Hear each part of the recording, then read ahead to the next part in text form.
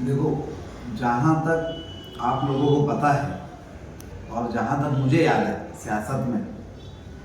खास तौर से मुसलमानों का मुल्की सतह पर आप आज़ादी के बाद से देखा जाए तो आज तक सबसे ज़्यादा वोटों का इस्तेमाल मुसलमानों का किसी ने किया है तो कांग्रेस पार्टी। सियासत में मुसलमानों के साथ धोखाधड़ी अगर किसी ने किया है तो वो कांग्रेस पार्टी। मुसलमानों की वोट लेकर सत्ता हासिल करने का काम करके और मुसलमानों के हुकूक को दबाने का काम अगर किसी ने किया है आज तक तो वो कांग्रेस पार्टी। जिस तरीके से आज शहर मालेगांव के हालात है कि 84 सीट की कारपोरेशन होने के बावजूद किसी एक पार्टी को वाज़ेह अक्सरियत नहीं मिली, उसके मुताबिक देखा जाए तो कहीं ना कहीं शहर की आवाम ये एक वो सोच रही थी कि इंडियन सेकुलर फ्रंट जो बनाया गया है उसके 40 सीटों के अंदर अगर कांग्रेस की 3 सीटें हो जाती तो शहर का मेयर मुसलमान भी बनता, डिप्टी मेयर भी बनता और आसानी से बनता। लेकिन चूंकि कांग्रेस की रिवायत रही है धोखा देने की, उसी रिवायत को कायम रखते हुए मुकामी कांग्रेस ने भी शहर की आवाम को और ख़ास तौर से वार्ड नंबर 18 की आवाम को जो कल एक धोखा दिया है। समुंदर के दो जो कांग्रेस के लोग बोला करते हैं कि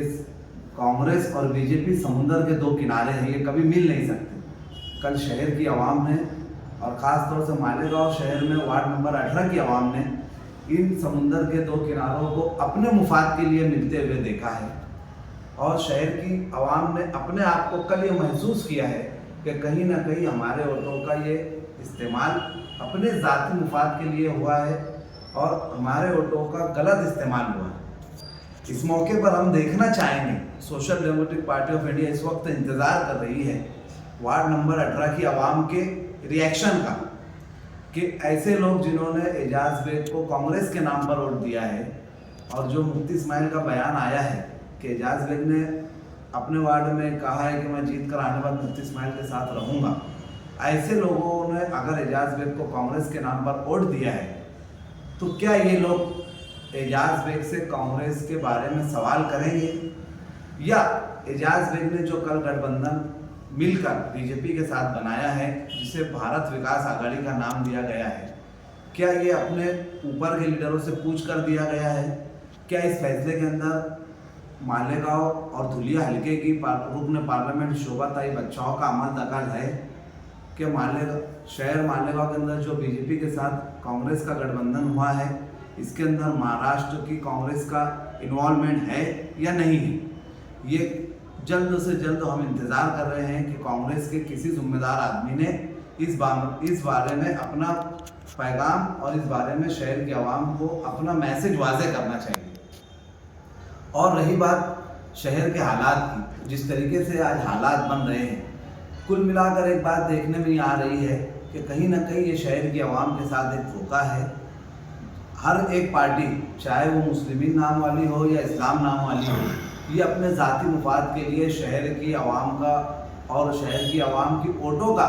ये अपने मुफाद के लिए किसी भी हद तक इस्तेमाल करने के लिए तैयार है और दिख रही है और करने वाली है। 1-2 दिन के अंदर पिक्चर पूरी साफ हो जाएगी कि शहर की आवाम के साथ कितना मजाक हुआ है। इसलिए हम गुज़िश्ता आप लोग देखेंगे गुज़िश्ता 1 साल से हम शहर के अलग अलग हिस्सों में कॉर्नर मीटिंगें करके शहर की आवाम को बेदार इसीलिए कर रहे थे